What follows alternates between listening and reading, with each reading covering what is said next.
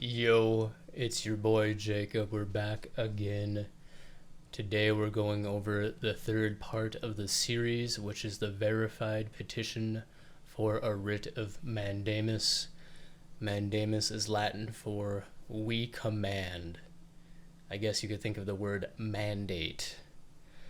This avenue of relief is meant to compel an action.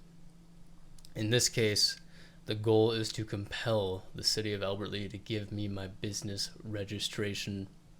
I'm going to briefly cover the petition for my writ of Mandamus within the district court compared to the writ of certiorari that we covered previously, which is for the appellate court. I'm not going to explain that too much. Just go see the previous video if you want to learn more about that. Here we're basically alleging the city council neglected to perform their duty to give me my registration. This is, in my personal opinion, a non-discretionary act, since the law and their own city laws really only point to one outcome for this situation, which is why the lines are blurred between both the writ of certiorari and the writ of Mandamus. Anyways, if it wasn't clear in my first video, it's about to be very clear that it appears that the city of Albert Lea went rogue and it's inserted their own personal opinions and agendas while they did their job / into their job as acting officials for the city of Albert Lea. And this is objectively wrong and means they are all unfit for office. If the average citizen broke a law, they would be deemed a criminal, would be subject to public humiliation, incarceration, and having potential charges put on their permanent records, their criminal records, I should say. Yet, when an individual acting in a position of power breaks the law, they get a little slap on the wrist and no real consequences. Frankly, I think that is wrong. Again, these opinions are only representative of me as an individual, but I'm sure many of you might share them. Now, I do believe personally that people in positions of authority who break the law should be subject to criminal charges, incarceration, and barred from holding any official office, position of authority for the rest of their life. Which means, logically, I believe those types of consequences should happen to the wannabe tyrants and dictators of Albert Lea. I don't think that's an unfair thing to say. I don't say it because I personally dislike any of these people, really. It's just, you have a job to do. You have a job paid for by us taxpayers, and then you violate the rights of the taxpayers. That is very wrong. There's no other way to say it. These types of people, these types of tyrants, need to be taught a lesson. And frankly, they need to be shamed, because they clearly aren't ashamed of their own criminal activities. Again, just my opinions. These opinions are non-representative of any of my affiliates or businesses. Quick shout out. As always in these videos, I'm wearing some apparel I designed and made. I had help with this one from a local artist named Sabrina. Pretty cool shirt. I decided to put the logo on a kind of a tie-dye shirt. They are available on my Get Slicks website. Very nice fit. I believe it's 100% cotton. We don't want that synthetic bullshit fabric around here. Anyways, let's minimize my video. We can dive right in. The header here just kind of lists the case number, well, at least part of it, and who the petitioner is, the respondents, that it's a verified petition, that it's in the 3rd Judicial District, yada yada. Here's our intro. I, the petitioner, submit to the City of Albert Lea an application for a retail registration, and that I had a license from the Minnesota OCM and qualified for the registration. July 28th, my application went before the City of Albert Lea. And the city of Albert Lea, the city council, neither had nor articulated a basis to deny the application. Nevertheless, in a 3-4 vote, the city council did deny the application. I suppose I should say 4-3. Again, in the previous videos, you will see who voted yes. Howland, Olson, Anderson, and the people who voted no, Mayor Murray, Christensen, Van Beek, and Baker. Again, if you reach out to them, please be respectful. The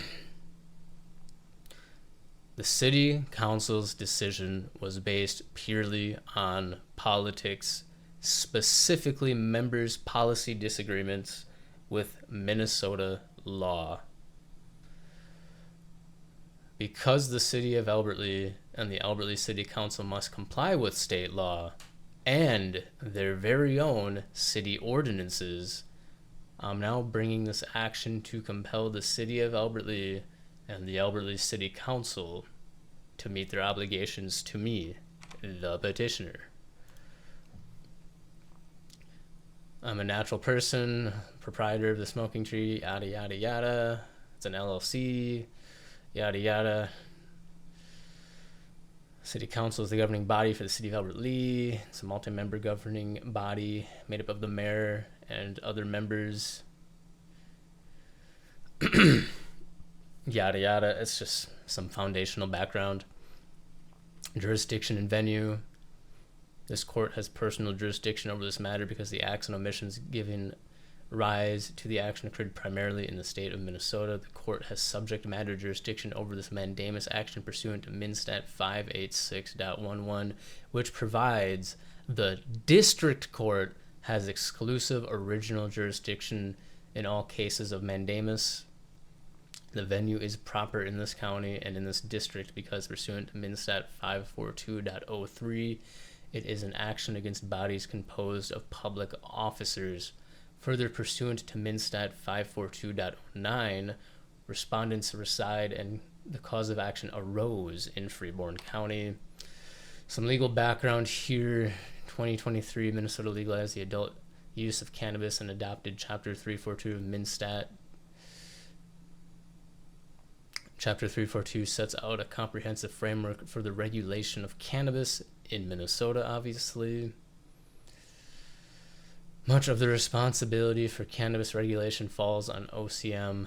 MnStat 342.02 Subdivision 2, OCM is responsible for issuing cannabis licenses. 342.02 Subdivision 2, A6. Before making retail sales to customers or patients, a cannabis business must register with the city, town, or county in which the retail establishment is located. That's what I tried to do. MnStat 342.22. State law provides for a level of local control over cannabis businesses, MnStat 342.13. But state law also provides that a local unit of government shall issue a retail registration to a cannabis business that meets a set of certain limited requirements, MnStat 342.22 again. Again, we have emphasis added. Shout out to you, David. Little snarky way of being a lawyer. I love it. Shall is mandatory. It's legalese definition of the word shall. It's not may. Again, that's why we believe the city council really had no discretion here. And then carrying on, Chapter 5 of Albert Lea's city ordinances, the city laws, regulate cannabis to approximately the greatest extent the state law allows a municipality to do so. Crucially, the chapter creates a registration and application procedure.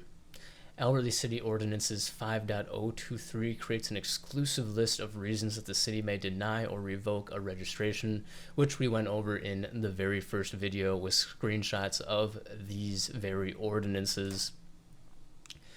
And the city of Albert Lea will register cannabis businesses on a first come, first serve basis, which will be based solely on a time-stamped state of Minnesota OCM issued license.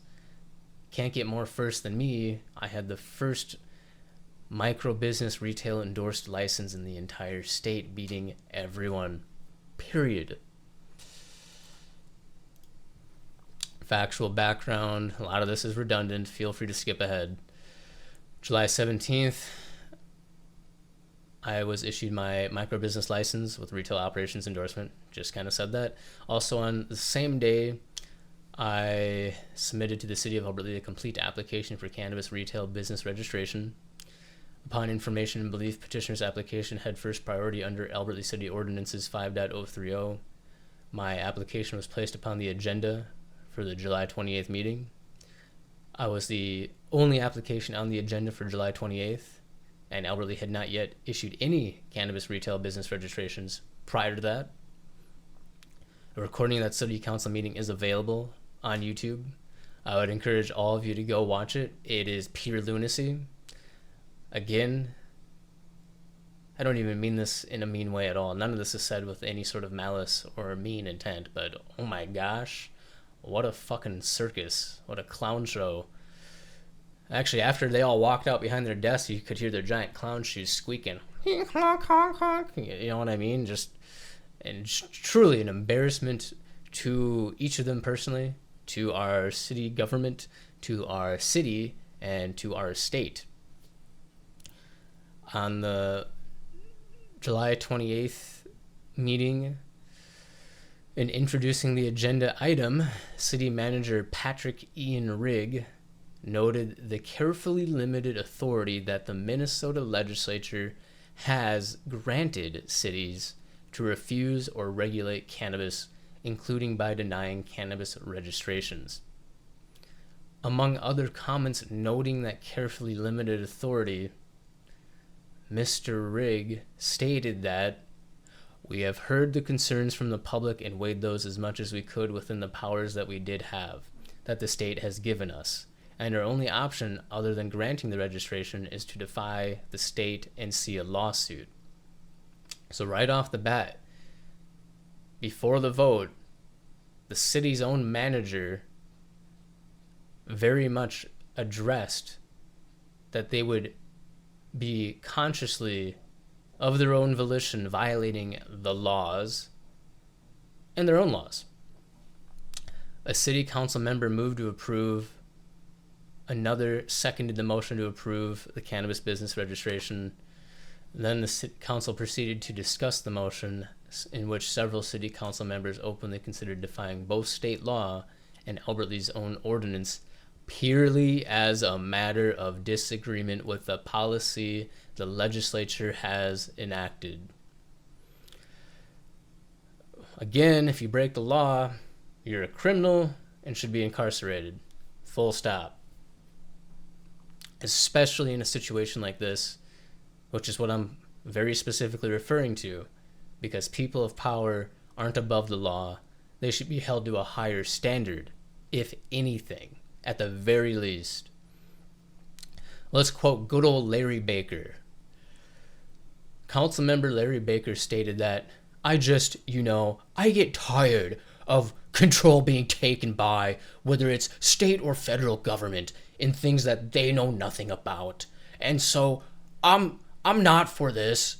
It has nothing to do with who, what, or where, in my opinion, for my decision. But I'm not going to support this just for this simple reason. I don't believe in the fact that as local people who are involved in this, we know what's best for us. That we get that taken away from us. Proceeds to pee himself. Okay, that last bit was an exaggeration. He did not piss himself on the stand that I know of. But I would say it's pretty accurate of how he sounded, at least in my opinion. Maybe I am a little deaf. Maybe that factored into why it sounded so weird to me. I don't know. I guess I don't have respect for spineless men. Kind of hard to have respect for spineless men. I don't know how you'd go home to your partner type of thing. You know what I'm saying? Another clown of a person, a city attorney, Joel Holstad, predicted this very action, stating that I'm assuming that if we defy the state for whatever legitimate reasons we choose to identify, we will be in litigation to compel our compliance with statute. Yeah, no shit. I mean, it doesn't take a law degree to see that one. Come on. Again, I'm deaf a little bit. I'm not saying he sounded just like that. That's just how I heard it, and I'm just conveying that to my followers here. I don't mean that in a disrespectful way. Again, that's just how my brain interprets people who are spineless and lack any conscious or any moral fiber in their being, you know. Patrick Rigg later stated, "I agree with Councillor Baker. Local control is important, and we need to be vocal about it. But until it's restored or preserved, we do have our. I hate to say it, we do have our orders." That, you know, I mean, it's right there. It's a word for word quote right there. He's just stuttering, stammering. What a joke of a human being. Patrick, if you see this, I think your deceased family member would be disappointed in you. The one you told me about, that personal story, I'm sure you'd be very disappointed in your behaviors. Just want you to know that. One council member asked Mr. Rigg to clarify, once the Office of Cannabis Management approves a person by our own statute, they're approved through us because we had to take first come, first serve. So we don't issue any approvals. It's them. Is that correct? Mr. Rigg responded, correct. Again, these members, the mayor, the manager, the attorney, were all fully cognizant, grown adult men. They aren't new to this. They knew exactly what they are doing. Again, I don't mean any disrespect by this. This isn't personal or anything. I'm not angry. I'm just a little deaf, you know. Again, this is just how they sound to me. You know, the dishonorable Mayor Rich Murray, who also conveniently runs an investment company with his son, which might be an interesting conflict of interest there. Interesting, should be looked into. Ended the conversation by stating, "Well, I've not been a fan of this since the subject first came up a year ago. It seems like just 2 years ago we were locking people up for this very thing, smoking cannabis, and now we're promoting it. I do not like the way that the state legislature and the governor has rammed this down our throats without very little say in the whole process. All because they're hungry for more revenue. Not only are they hungry for more revenue, but in those last days of the legislature, I believe they increased the amount of revenue they're going to take out of this by 50%. So I'm not a fan. I don't think 2 is the right number. As I've said before, I believe 0 is the right number. And I'm just not a fan of this whole deal. With that said, we're going to go ahead and take our vote." Again, I'm a little deaf. I'm not saying that's exactly what he sounded like. No disrespect to you, Mr. Murray. No disrespect at all, Rich. Just weak, spineless losers. In my opinion, that's just how they sound to me. That's how my brain interprets it. So maybe that's just me interpreting your voice wrong. I'm sorry if that's not a good representation of who you are. You know, it's just when you act like a clown, you sound like a clown to me. And, you know, I think it's a pretty agreeable thing to say. Those hand gestures I did, I might be my memory's fuzzy, but it did look like he was gargling on some invisible cock when he was speaking. Maybe I'm misremembering. I'll have to watch the video again. If I'm wrong, I am sorry. That's just my memory. It was a little fuzzy due to how fast things were going on the day of the 28th. You know, I guess it's just hard to remember, and that's just me. I'm a human. I don't have a perfect memory. No one does, unless you have an eidetic memory, I guess. Whatever. Carrying on. The city council then denied the motion, and thus the application by a vote of 4 nays to 3 yeas. Mayor Murray and Councilmember Baker both voted against the motion. The city council did not discuss petitioner's application on its own merits. Its discussion was exclusively focused to whether the city council, and thus the city, would comply with state law and its own ordinance. I'm going to give you guys a minute to ponder that one. A lot of people have been resorting to ad hominem personal attacks about me, about my skin color, about my past, about things they know nothing about, as a way to justify this mistreatment of me. But the reality of the matter is that none of that matters. The city council and the mayor violated the state law and their own ordinance for purely political reasons. A true and correct copy of the minutes of the meeting, as provided by the city of Albert Lea, is attached as Exhibit A. Petitioners have been damaged by respondents' failure to issue them a registration, which has prevented them from realizing the revenue and profit expected from operating a business that sells cannabis. Carrying on, we are now at the petition for writ of mandamus. Petitioners reallege and incorporate the preceding paragraphs as if fully set forth herein. Pursuant to Minnesota Stat. Chapter 586, petitioners hereby petition the court to issue a peremptory writ of mandamus ordering the city to issue a cannabis retail business registration that I applied for. In the alternative, petitioners hereby petition the court to issue an alternative writ of mandamus and to require respondents to show cause why they should not be required to issue a cannabis retail business registration to petitioners as applied for. Mandamus relief is an extraordinary remedy that is available only to compel a duty clearly required by law, which, based on the statute saying shall, this is why mandamus and certiorari are kind of blurred together, and both, in our opinions, viable avenues to pursue. I bring that up because we will be going over the city's motion to dismiss this matter later on. They did not explain why they did not feel the right to give me my application. Instead, they moved to dismiss, which I find very curious. Continuing on, Minstat 586.01, to obtain mandamus relief, a petitioner must show that the defendant failed to perform an official duty clearly imposed by law, that as a result, the petitioner suffered a public wrong specifically injurious to the petitioner. Thanks, babe. And 3, that there is no other adequate legal remedy.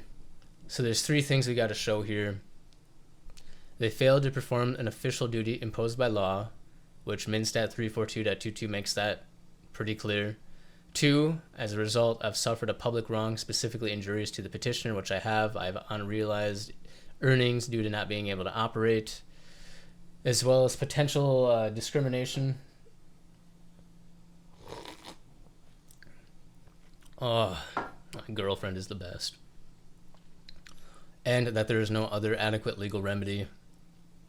Since a writ of certiorari and writ of mandamus basically do 2 different things, I would argue that we do not have another adequate legal remedy, and that timeliness is actually also a factor in that, in which this mandamus case in the district court would be much more timely.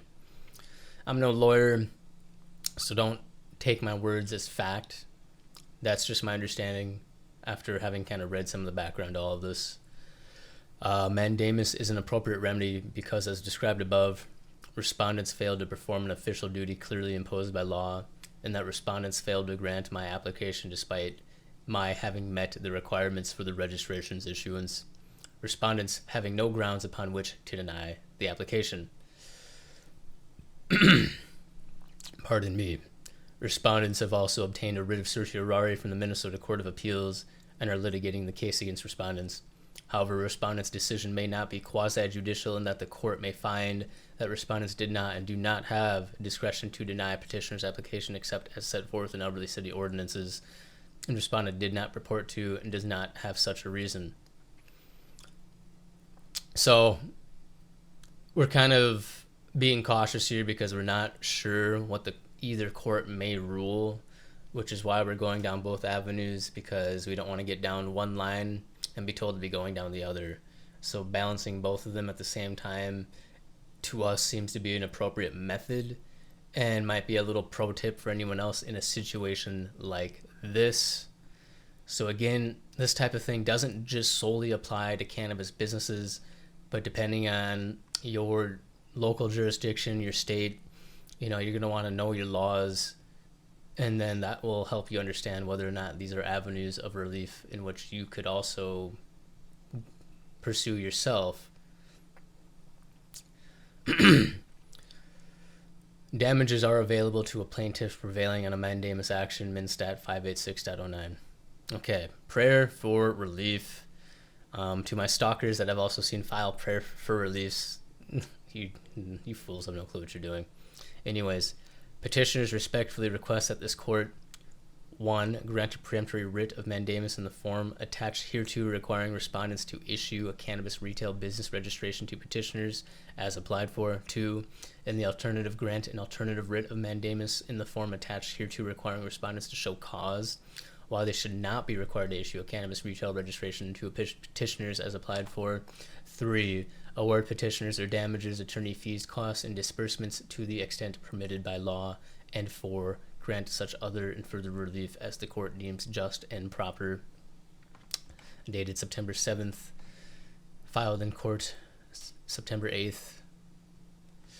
The rest of this, just some verification exhibits. That was the minutes for the city council meeting. As you can see, I had a little fun reading this one. If you want to use that against me, go for it. I'm going to pause it here on the quotes. Hit me up with any questions, comments, or concerns. It's delicious. It's basically a chai tea latte with a pumpkin flavored cold foam on top. Very good. Would very much recommend it. It's pretty good for you. We made sure there are healthy ingredients and everything. A lot of it's homemade. Anyways, again, if you have questions, comments, or concerns, or if you need any other help, just let me know. I'm not doing this to be a dick. I'm doing this for the people that can't afford to do it. But I am using my investors' money. I'm just putting that out there. It's not like I'm personally just loaded with money here. I am not. I am very much not. But, hopefully this does set some groundwork, sets a precedent in which we'll further protect our rights as individuals, as entrepreneurs, as prospective business owners, future entrepreneurs, you name it. The government is for the people, by the people. And the government should be put in its place each and every time it tries to whittle away at our rights. Every person has a right to start a business. It does not matter what your past is. If you've done your time, if you're a reformed person, if you're an immigrant, if you're a person of color, if you're a woman, it doesn't matter what marginalized group, protected group you come from, you have a right to be a business owner. I have seen corporate America shun and condescend and outright blacklist people for just not fitting the white rich male mold that corporate America loves so much. I'm not saying that I was necessarily discriminated against. It sure feels like that. And with some of the other quotes and other tidbits surrounding this, it really does feel like that. And that might be a whole nother tort. But yeah, just know that you have rights. And if you don't know them, it makes it that much more easier for our tyrannical government to take them away from you, to violate them, and to leave you helpless and defenseless.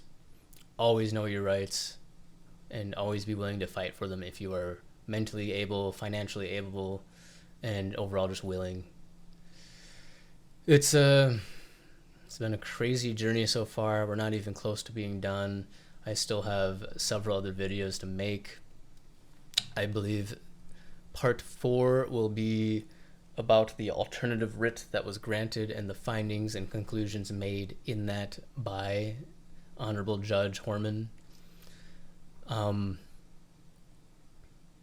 I can tell you right now, I'm sure the city wasn't happy with that. Anyways, again, like, sub, share, and hit me up with any questions. I'll do what I can to help you. Peace.